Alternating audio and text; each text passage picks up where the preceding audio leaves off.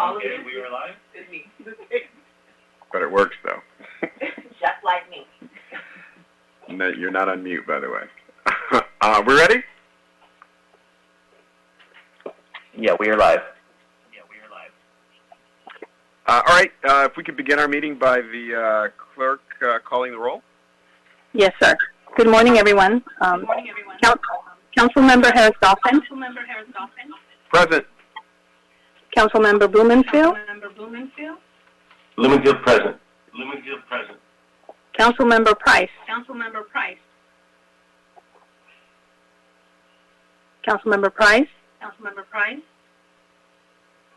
Absent. Councilmember Cedillo. You're present. And Councilmember Lee. Present. And back to Councilmember Price. Thank you, sir.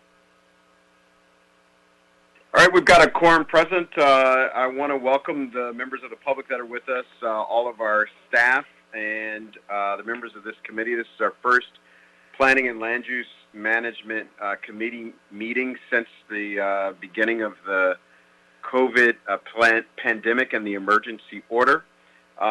We have all seen the public health of our society brought into question and seen in a very, very real way how even when we don't think so, our fates hang together, and the quality of our lives, the quality of one life can impact the quality of so many other lives. At the same time, we've seen the biggest social upheaval in many of our lifetimes, the demand for respect and dignity for Black lives rising up all over the world, but especially here in Los Angeles. It has been a tumultuous moment, but we feel like we're pulling back together, and we're prepared to continue the city's business and conduct the people's business. We also know that the people's business and the integrity of it has been called into question by law enforcement.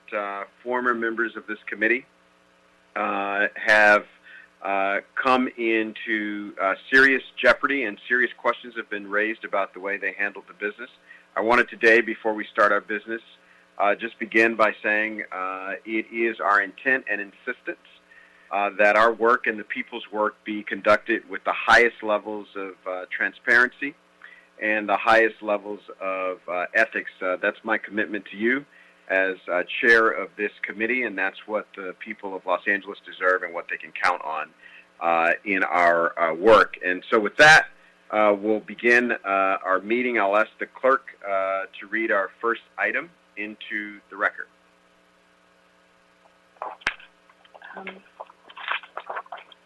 Item number one. Chair is Director of Planning, Oral Status Report relative to ongoing development of city planning policies, work programs, operations, and other items of interest. Thank you so much. I'm instructed that we need to do public comment before we do any of our items, and so, okay, and so we will open up the process for public comment. Okay, I'm getting, hold on one second.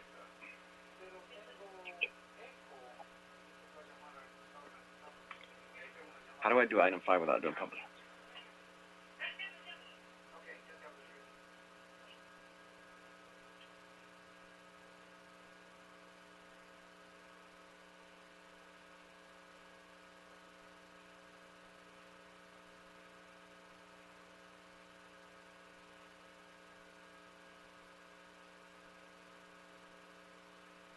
All right, I think I got it now. So first, we need to read into the record any proposed changes or amendments to items on our agenda. I know we have one such change on item number 5, so I'm going to ask that that be read into the record. And then members, if you have any amendments or changes to items on the agenda, we will put those on the record now before we go into public comment. So can we read the changes to item number 5? Proposed changes to item number 5 into the record? Councilman Harris-Dawson, this is Roberto Mejia with the CLA's office. The additional language for number 5 is as follows. The applicant shall implement and maintain a proactive marketing program extended to current residents within the Boyle Heights Community Plan area to the extent permissible by law with respect to any affordable or income-restricted units within the project. Prior to the issuance of building permits, the applicant shall submit a proactive marketing plan to the satisfaction of the housing department that will also include the designation of an affordable housing outreach coordinator and their contact information, whose primary function will be to implement and maintain the proactive marketing program as part of the ongoing leasing operations of the project through the duration of the terms identified under the applicable restricted covenant. That concludes the language, Councilman.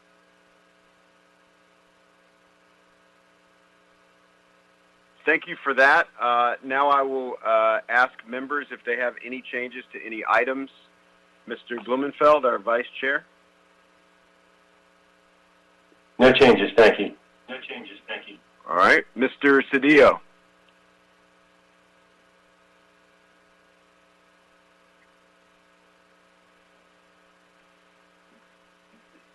Mr. Lee, any changes? I'll come back to you, Mr. Cedillo. No changes, Mr. Chair. Thank you. I simply want to attach myself to your comments to begin the meeting. Well stated. Thank you for your leadership this morning. Thank you, Mr. Cedillo. Mr. Lee. We got no sound for you, Mr. Lee. It doesn't look like you're on mute.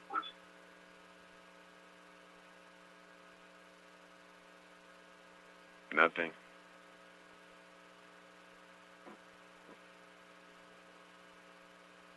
All right. Can we get a thumbs up if you have changes or a thumbs down if you don't have changes?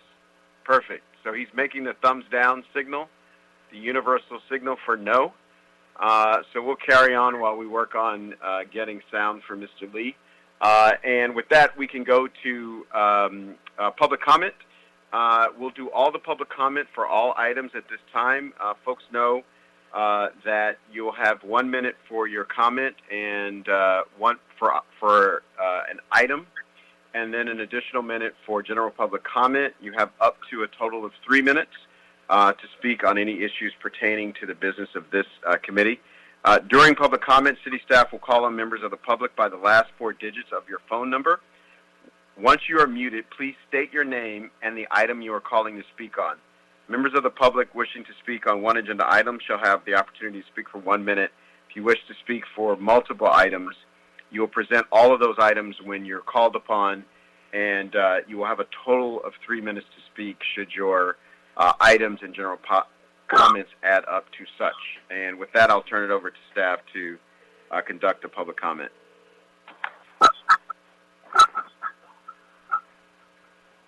5140, you're now unmuted. Good morning. Good morning, Chair and Council members. Can you hear me? My name is Elisa Pastor, and I appreciate your time this morning. We're here on item number 4, and we're pleased to be here at Plum and appreciate the Chair's opening comments and leadership. My name is Elisa Pastor. I represent the applicant Tom Saffron on this almost 200-unit affordable housing project located in the Watts community. Thank you to staff for getting us here today. The over 2,000 pages of environmental analysis contained in the SCEPI demonstrates that the project complies with the extensive qualifying criteria, including its qualification as a transit priority project and compliance with the sustainable community strategies. The project is adjacent to the Metro Watts station and will provide affordable units in close proximity to transit for maximum mobility options. The applicant will quickly develop these much-needed units, something we could not do without the city's expeditious processing, which we very much appreciate. This project will provide almost 200 high-quality affordable housing units Representative. Thank you. That's your time. Thank you.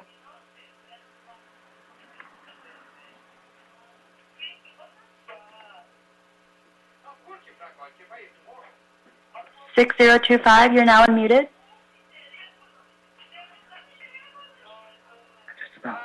Okay. 6025, you're now unmuted.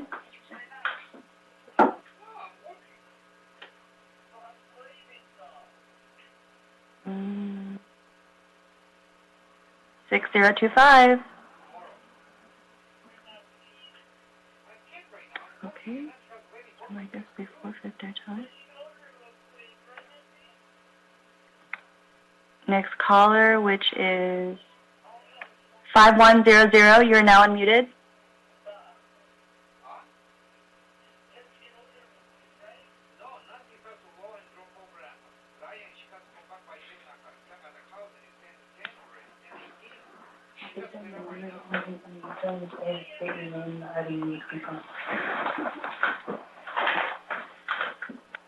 Five 5100, please state your name and the item you'd like to speak on.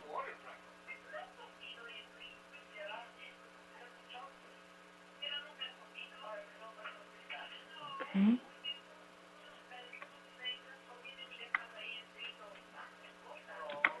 Moving to the next caller. 51. One second.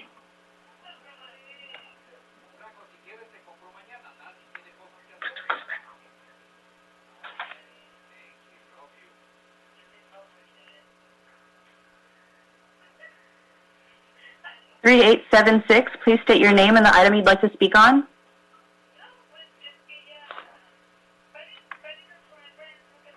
Three 3876. Yes, hello. I'm speaking on item number 4. This is Axel Palacios. I'm Councilmember Joe Buscaino's planning deputy. I'd like to read a short statement on behalf of the council office in support of this project.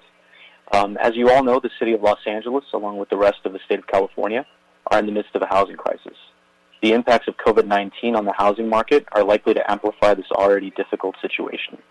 This affects all residents of our city, but has an especially profound impact on low-income families, who are struggling now more than ever to make ends meet. The proposed project, located at 10341 Graham Avenue and 1700 East 103rd Street, would create 196 affordable units in the Watts community. Councilmember Buscaino is committed to the creation of housing stock at all income levels, and this project gets us closer to meeting our commitment to housing affordability in Los Angeles. While no one project can solve the issue of housing affordability, every unit gets us closer to making a roof over the head of every resident of this city a reality. It is for this reason that our office fully supports the approval of this project. Thank you.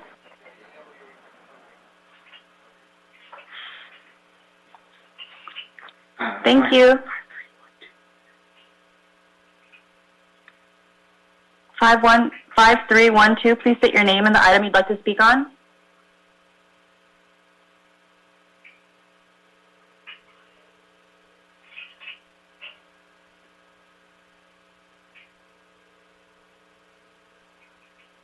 Caller 5312, please state your name and the item you'd like to speak on.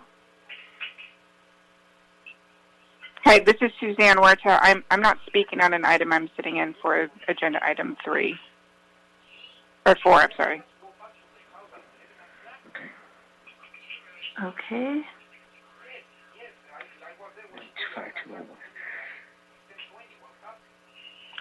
5201, please state your name and the item you'd like to speak on. Hi, good morning. My name is Eric Lieberman. Item number 5. I represent ELAC, East Valley Community Corporation and Bridge Housing. We're here in, obviously, support of the project, and I'd just like to note that we are in support of the additional language the council office introduced for the approval of the project, and we are here to answer any questions that you might have.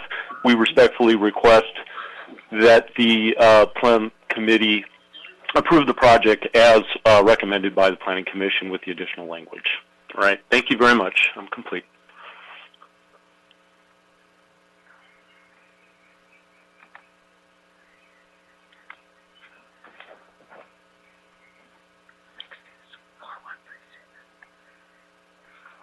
Caller 4136, please state your name and the item you'd like to speak on.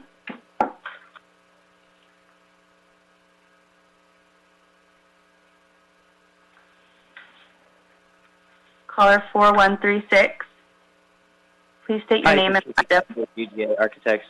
I'm sitting in on the call for item number 5 in support of the Los Cerrillos project. Thank you.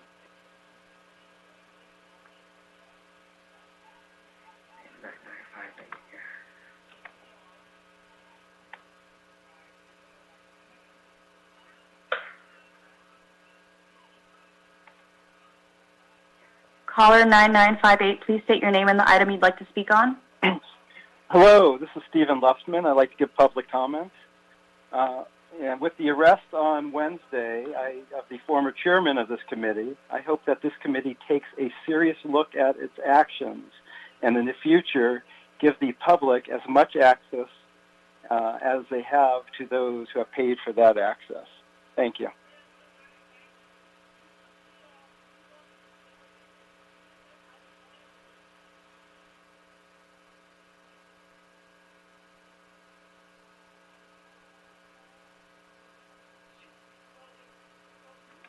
Caller 5100, please state your name and the item you'd like to speak on.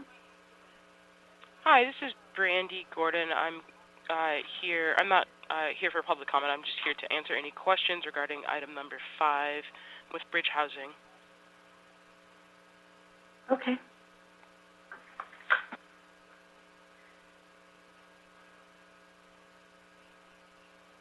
There are no more callers on the queue.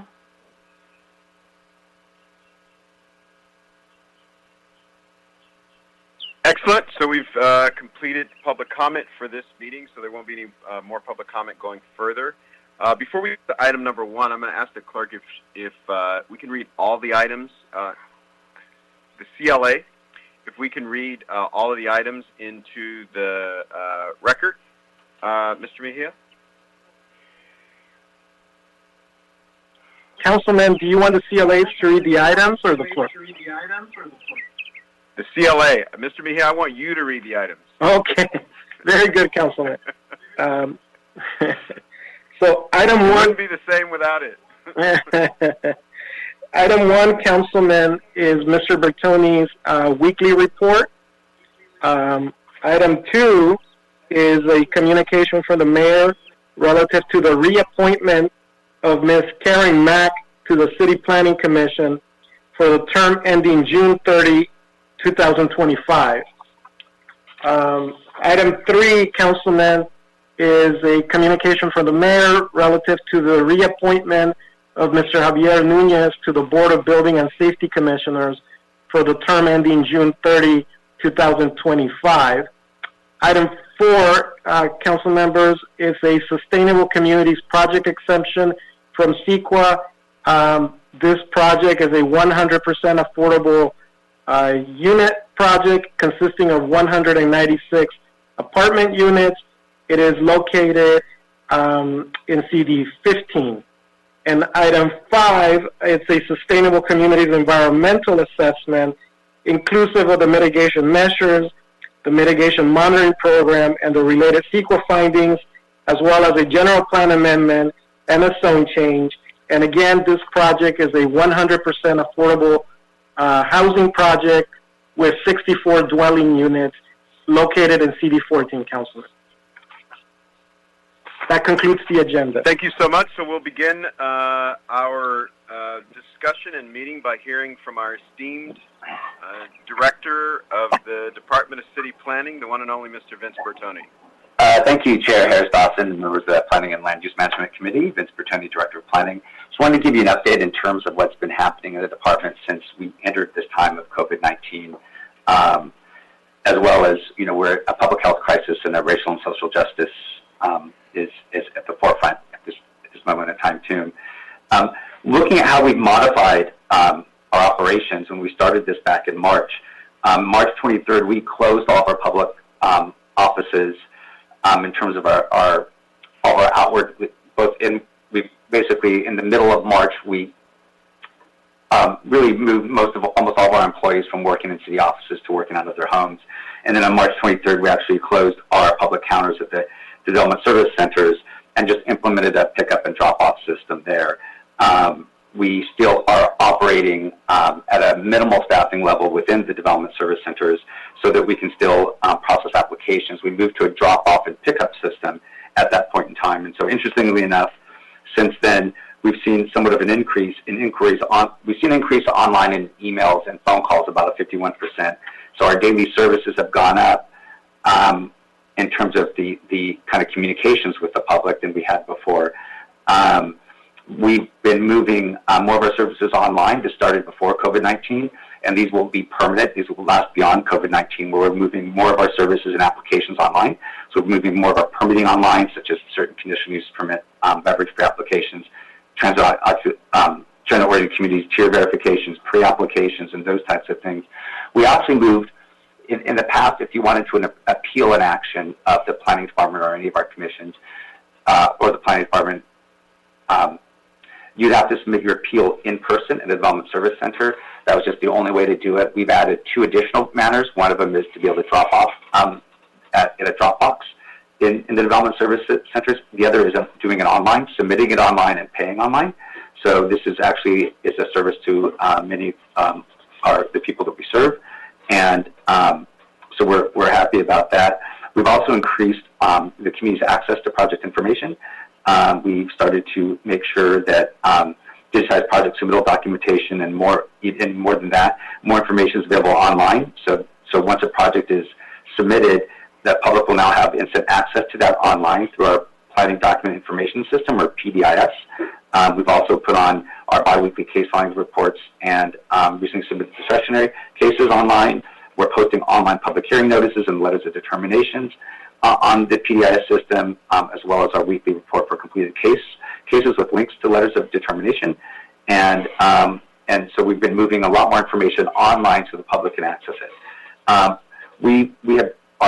All of our operations have been moving forward, even as we started to move our employees from city offices to teleworking from home. So we're still moving forward, and we did have to take a bit of a pause, roughly about a 4 to 6 week pause on our public hearings and public meetings as we transition to a new Zoom format. As you can imagine, we've seen a decrease in case filings since February. So February to May, we saw about a 28% decrease from February to May this year. May this year to May last year, we've seen a 23% decrease in the number of applications.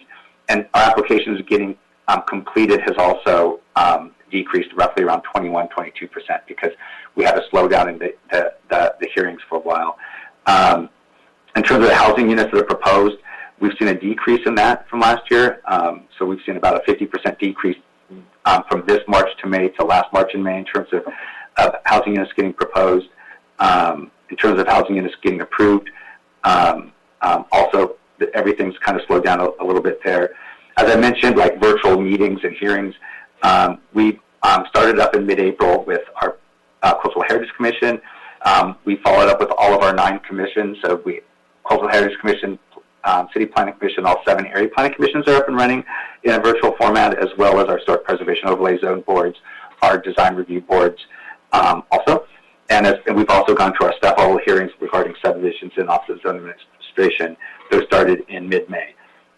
So all of the meetings and hearings from a project planning standpoint are moving forward. In terms of engagement, our community outreach has also gone virtual.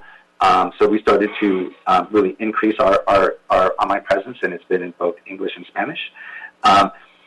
We've been getting, versus the more traditional methods, we've been getting somewhere from 4 to 6 times more attendees than the traditional methods in the past going online. And so we're seeing the desire to have these meetings at different times of day. Midday is becoming more popular for some of the online meetings. So we're happy about that. We've hosted 9 virtual events on various policy efforts, such as the Housing Element Update, the proposed restaurant beverage program, and the proposed Slauson Transit Neighborhood Plan. We've also had, we'll have some summer outreach on the Westside Community Plan updates, as well as the MELA ordinance, home sharing ordinance, and process and procedures information session. Those will happen over the summer.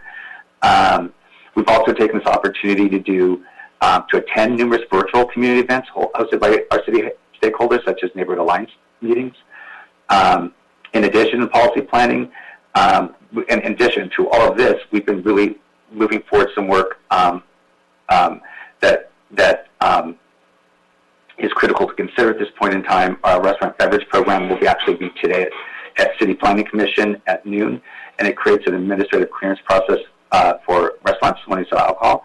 They need to meet certain performance standards, and there's a process in place to ensure that the violations are followed up. And there's a lot of opinions on this issue. Those that are concerned about making it easier for small business, especially restaurants, in a time of an economic crisis, but also those communities who feel like they've been burdened with alcohol justice issues. And so this ordinance which was a result of a city council motion, is trying to strike those balances, and they will be before this committee.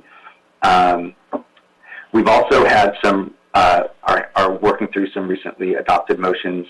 One of them's on a motion by Councilmember Bloomfield regarding conditional use permits, and that has to do with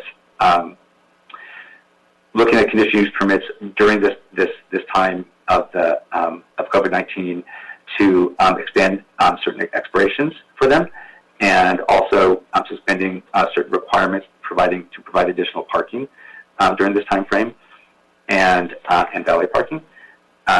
We also are working on a motion introduced by Councilmembers Kretz and Blumenfield regarding the sale of living animals for human consumption. And we are working on an ordinance introduced by Councilmember Kretz on the last one, the human consumption. We're working on a report back, and we'll be working on a joint report on home sharing and sanitary conditions. We also have some additional pending motions that we're monitoring. One's regarding public hearings waivers for restaurants and bars, introduced by Councilmember Farrell, as well as a motion introduced by Councilmember Kokorian on early childhood education and child care facilities, and that has to do with permitting child care facilities by right or creating an administrative approval process in certain conditions. We also are working on, and we've also had some mayors. The mayor has had some orders, public orders, that he has signed. One of them is tolling, which means putting on pause certain appeal periods. To toll or put on pause certain requirements about the expiration of approvals and when approvals need to be effectuated during the COVID-19 crisis.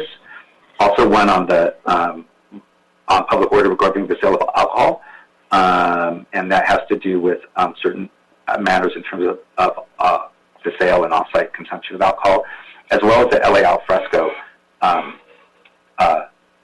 initiative, which allows restaurants, because as they've opened up, since there's when restaurants opened it up, they needed to create more spacing within the building when they had interior space, to allow them to actually dine in some places that they would usually not be able to dine, which would be parking lots, sidewalks, and potentially parking spaces on the street. And so we've been working with that. In terms of important issues, and you raised this, Chair Harris-Dawson, about the issue of racial and social justice in this time that we've been dealing particularly with the impact on Black Angelinos and also Black members of our staff. We've been spending time on both thinking and being reflective internally as a department, how we can operate in a more fair and equitable way. And we've been working closely with many of our Black staff, as well as our other people of color in our staff, to really have an internal dialogue about that, about how we operate as a department, but also starting to have an external dialogue about the impacts of planning and how they particularly impacted Black communities and communities of color over the last 100 years of our zoning, and how things unknowingly we may be perpetuating those to this day. And so we're having very much an internal dialogue and also some of an external dialogue that as a department about that. And that's something that you'll be seeing more of in the future as we go through all, and that really goes through everything we do. It's not just citywide policies, community plans is how we approve projects, and really looking at that comprehensively. The mayor's also had signed an executive directive number 27 regarding racial equity, and he signed that, I believe, last Friday, and so we will be following and participating in that in terms of how we appointing a racial, what in that particular one is referring to as a racial equity officer. It's a very important issue, very much touches us in planning very profoundly, because in planning we really impact how communities evolve over time. And so we're taking that responsibility very seriously. So with that, that concludes my report. I'm happy to answer any questions, to take comments. I do have with me Donald Bonston, who is Deputy Director for Community Planning, R.D. Barma, Deputy Director of Policy, and may have Tricia Keene also, who's our Deputy Director of Public Relations. Thank you so much, Director Bertoni. I will open it up to members of the committee for questions and or comments in response to the report from our director. Mr. Cedillo. No comments from Mr. Cedillo. Mr. Blumenfeld? Great, thank you. First, I appreciate what you're saying, and I'm glad that the department is doing the self-reflection to look at racial equity throughout. I'm getting a big echo here, but to look at racial equity throughout the different aspects of planning, because as you mentioned, it is one of those cornerstone institutions that racism has been a part of for so many years. And so I know that no one, the planning department is very progressive, but to take the time to do that is very important, and so thank you for that. Second, you mentioned you moved a lot of things online, which is great, and I've been working with you all to push that over the last year, but it's obviously so much more important now with COVID. So tell me a little bit about where are the roadblocks now to getting everything online, and what's next in line to get online, so to speak, and what are the roadblocks, and can we help as a council to remove those roadblocks? Thank you. I appreciate the question. Right now, it's pretty much technical in terms of what our roadblocks are. We have, I think, the resources and the staffing in place, and we've been moving forward to methodically go, and really what we're looking at first, some of the low-hanging fruit, those things that will be simple to get online, but also be more and most impactful in terms of how often they're being used. We hope by next summer or fall to really have all of our permitting applications online and fully functional by fall of 2021. But as we go there, each step of the way, we're adding more and more things online. If Tricia Keene is available to jump in, see her. There she is. Yeah, and just related to all that, when folks need to come to the counter because they need that human interaction, how many of those things can be moved to platforms like this, where we have Zoom, where we can promote live interaction with planning staff and and both applicants and appellants and people? Yeah, that'd be great. And I'll let Tricia Keene. I think you just unmuted, right, Tricia? I'm the director for the planning department. I think this is a really exciting time for us because we have been able to double down on upgrading our system so that we can support more online connectivity and interaction. There are a couple of fundamental things that we need to do in order to be able to move completely online, and those are actually underway now. There's some back-end, sort of as Vince was referencing, the technical part of it. There's back-end work that needs to get done that is underway currently. And when that system gets upgraded, we'll be able to build out additional functionality so that more applications can be taken in online. And so over the course of the next few months, I think we're going to see a lot more opportunity for planners to have internally more functionality, and then for the public to be able to interact with us as we bring more applications online through some basic interaction where you can submit things electronically and pay electronically, and then a more robust system where you can actually interact fully online with your application process. So I think we're really excited about this opportunity, and are really trying to take advantage of the situation we're in to move things more quickly than we might have otherwise.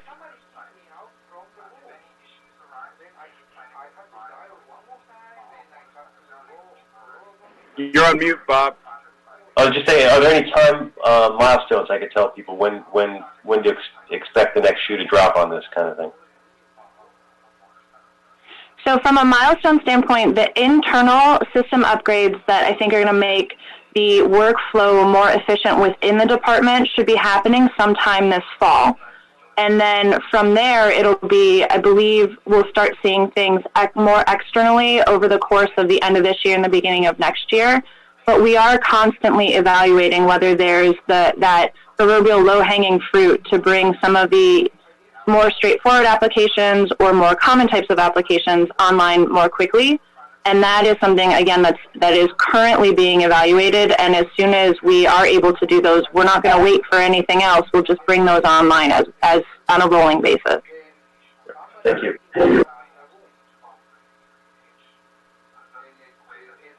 All right, Mr. Lee.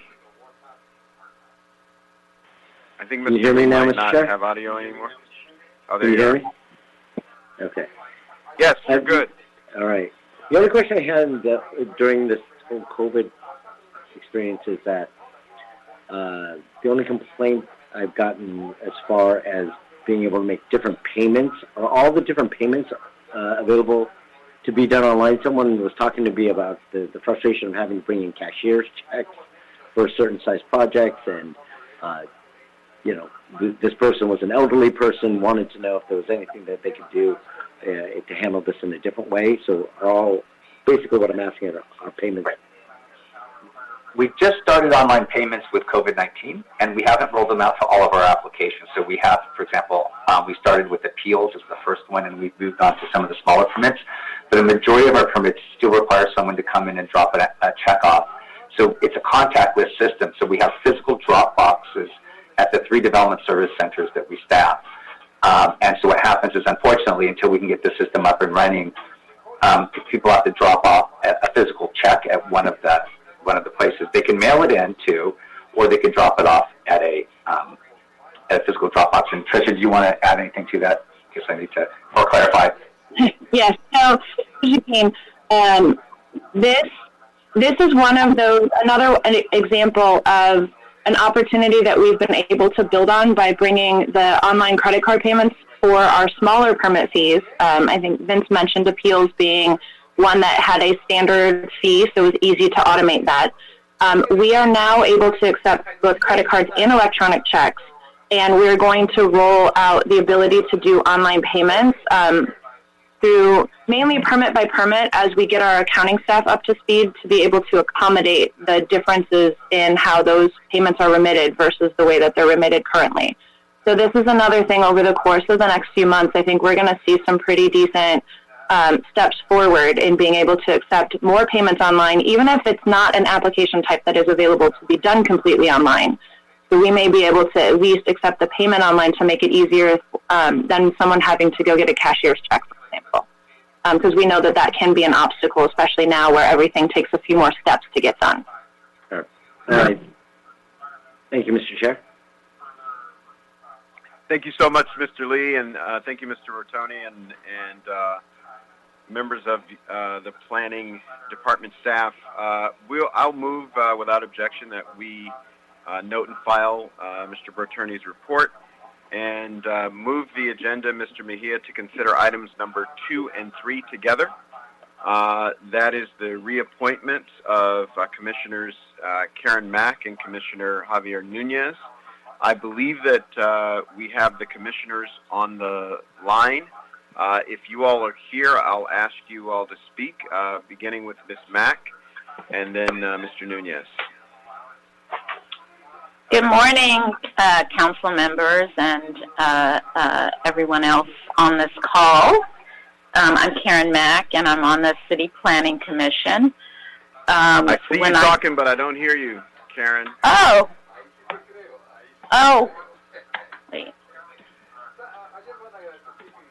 Can you hear me now?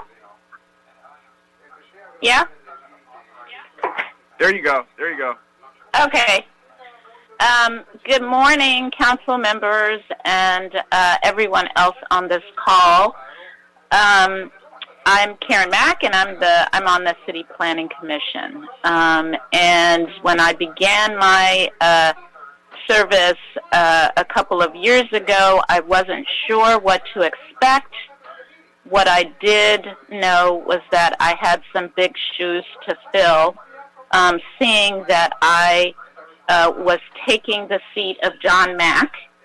And just as an aside, I hope he's smiling down from heaven right now, given the transformations that are taking place in our city, in our country, that are so aligned with everything he fought for during his life. It has truly been my honor to follow in his footsteps. And of course, who can measure up to him? I certainly can't. But what I have focused on during my tenure is to continue the ideals that he focused on, which was, really advocating for those folks who are in the communities that are most disadvantaged in our city. And specifically things like pushing for affordable housing in every single project that comes before us, given that that is the challenge of our time, along with these other challenges that have emerged recently. Working with the planning staff who, exemplified in General Manager Bertoni, who are so awesome to work with. And I say that about everyone who is in this meeting and everyone I've worked with on the planning staff.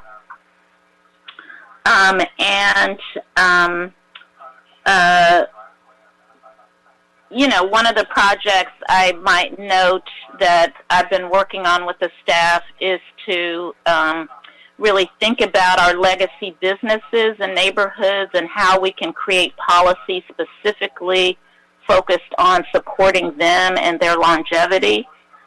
I think my passion is really generally uplifting the role of community members in shaping their neighborhoods. I've been heartened by we've talked about the mayor's Executive Order 27, which is very heartening to me in terms of these issues that I've focused on.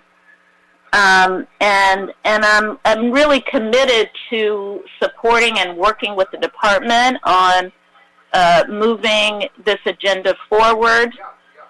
Just this week, I had a conversation with staff about bringing together the members of a coalition of South LA nonprofits that our organization is a part of, that's actually created a report on the drivers of disparity in South LA.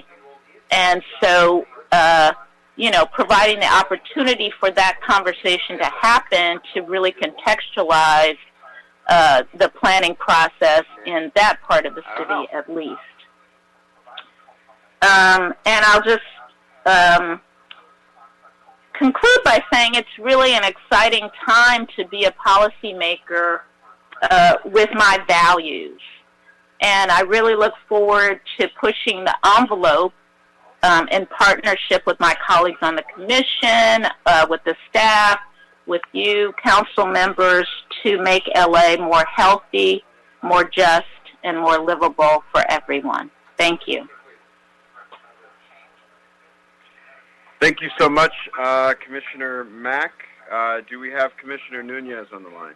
Good morning, Commissioner Nunez. Good morning to all the councilmen. and everyone that's on this call. It's a blessing to see all of you. And first, I want to thank all of you for your hard work. I mean, behind the scene, all of you have been working very hard to continue to have the services available to our community, and I appreciate that. Again, I am the Vice Chair of Building and Safety Commission, and I look forward to, and I am humbled by the reappointment by the Mayor, Eric Garcetti. And the only thing I can say is I'm a community-based individual. I love my community. I love the city of LA. I love helping people. That's what it's all about. And I would just like your support so that I may continue to do that and move forward. Thank you.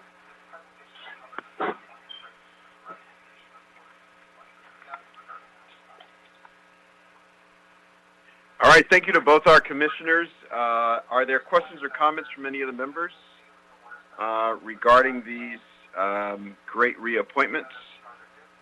If not, we will adopt items 2 and 3 without objection, Mr. Mejia. That's correct, to item number 4. And then item number 4, yes? I said thank you. Oh, you're welcome. Thank you. Thank you. Bye. Thanks to both of you. And I know Commissioner Mack, you've got a meeting to get back to. Yes, I do. So see you later. We want to release you as soon as possible. Bye. I have headed to a meeting also. Thank you. All right. We want to move to item number 4. I believe there's special instructions that we'll read into the record for that one. Yes, Councilman. For item 4, I don't know if it's your desire to hear from planning staff. Yes. We could get a short presentation from planning staff on this item. Okay, great. Good morning, council members. Connie Chow from the Planning Department. Item 4 is for a 100% affordable housing project in Southeast LA in Council District 15, and it's adjacent to the Metro Blue Line Watts Tower Station. Before you is a statutory exemption from CEQA under Senate Bill 375 for the Sustainable Communities Project. This is a larger phase development across 4 buildings under 3 separate entitlement cases totaling 196 units, and will include community art space and plaza around the historic train station building. The entitlements are a TOC affordable housing compliance review and site plan review. The first determination letter for Building 1 was issued on June 8th. It was not appealed, and we received no opposition from the community. Staff has reviewed the project and determined that it qualifies as a transit priority project. It meets state requirements for land use, for affordable housing, and environmental criteria. Staff recommends that PLUM and Council determine that the project is exempt from CEQA as a Sustainable Communities Project. That concludes our presentation, and we're available for any questions. Thank you. Questions and comments from members? Seeing none, I believe we have an instruction to consider today, Mr. Mejia. Yes, Councilman. So should the action of the committee be, the instruction would be to approve the project exception from CEQA pursuant to Public Resources Code Section 21155.1 and find that the project is a transit priority project pursuant to Public Resources Section 2155B and find that the project is a sustainable communities project pursuant to Public Resources Code Section 21155.1A and meets one of the requirements, affordable housing, of Subdivision C of Public Resources Code 21555.1 and also the entitlements that were enumerated by the planning council. Thank you so much, Mr. Mejia. Without objection, that'll be the order to approve that item, and then we will move to item number 5. I believe we have a report from Department of City Planning staff, Ms. Solomon Carey. Yes, good morning, council members. Before you is a mixed-use, 100% affordable and supportive housing project in Boyle Heights within CD14. It's located directly adjacent to the Metro Photo Gold Line station and is under an exclusive negotiating agreement between Metro and the applicant. Excellent. Thank you so much. Oh, sorry. Let me just jump quickly to the requested entitlements. There's a general plan amendment moving from the low, medium to residential to highway-oriented and limited commercial, zone change from RD 1.5-1-CUGU to TQC2-1-CUGU, and 3 developer incentives, which include reductions in rear yards, an increase in SAR to 1.65 to 1, and a reduction in parking to allow a ratio of 0.5 and 40% compact spaces, as well as site plan review. I should lastly note that the project pursued the Sustainable Communities Environmental Assessment, or SKIA, which was prepared and published on March 26th. That comment period ended on May 11th, and the SKIA is available for the public to review on our department's website. 3 comments were received. Only 1 was from an agency, Caltrans. They had no objection, and there was overwhelming support for the project at the City Planning Commission on the issue, and only 1 member of the public that commented about the area's parking issues, but was also in support of the general plan amendment. And staff does recommend that the council approve the SKIA, the general plan amendment, and the zone change. Thank you. Thank you so much. Any questions or comments, members? Mr. Cedillo, this is in Boyle Heights. Just making sure. All right. I believe we have a recommendation to read into the record on this item, Mr. Mejia. Yes, committee members, councilmen. The action would be to approve the general plan amendment resolution, the zone change ordinance and the conditions of approval, the findings of the City Planning Commission, and the environmental clearance, the Sustainable Communities Environmental Assessment, SKIA, dated March 2020. Environmental, the case number is EMV 2019-2314-SKIA, in as much as the project is a transit priority project pursuant to Public Resources Code Section 21155, and also include the condition that was read into the record relative to the proactive marketing program that was stated at the beginning of this meeting, Council.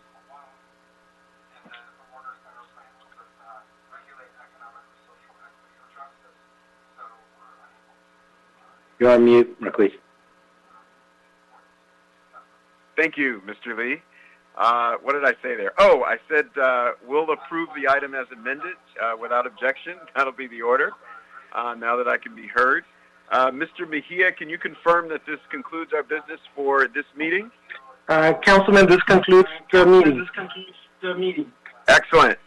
So without objection, we're adjourned. Thank you all very, very much for helping us get through this first virtual Planning and Land Use Management Committee. We'll see you all very, very soon. Good job, Mr. Chair. Thank you.